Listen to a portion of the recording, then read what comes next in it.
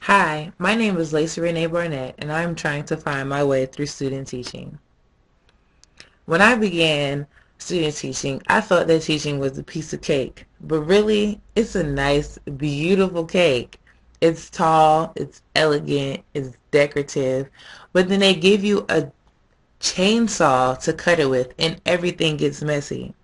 I thought it would be easy and straightforward to teach middle school, but there are so many other things to consider before you begin to teach or even plan to teach. One of those things is classroom management. When I began my classroom management plan, I started by observing my mentor teacher's classroom. I watched for desired and undesired behaviors and the routine she had in place. During this time, I realized that I needed a plan of my own to help create a positive learning environment. I observed many things to help me develop a plan that would minimize excessive movement and maximize instructional time. My plan included rules and norms and the consequences for choosing not to follow the rules.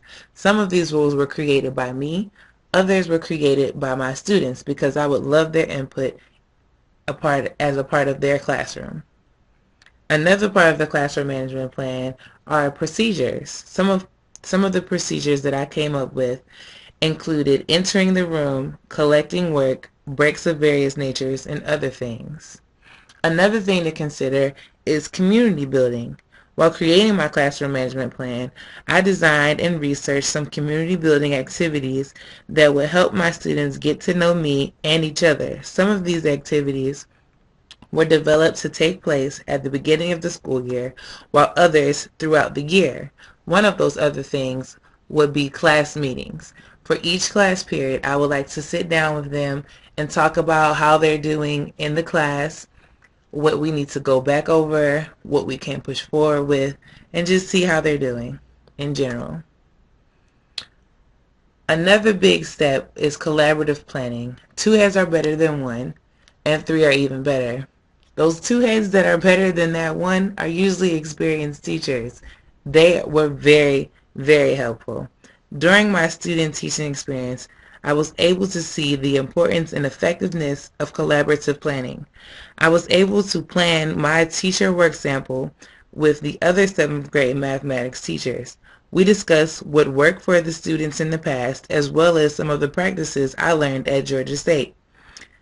They were excited to hear and try some of the new ideas I brought to the table.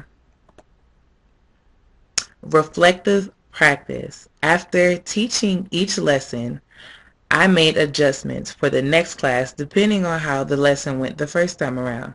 Sometimes I had to change a lesson completely because I knew the class needed more or less direct instruction. It was interesting to see how much each class changed depending on the students.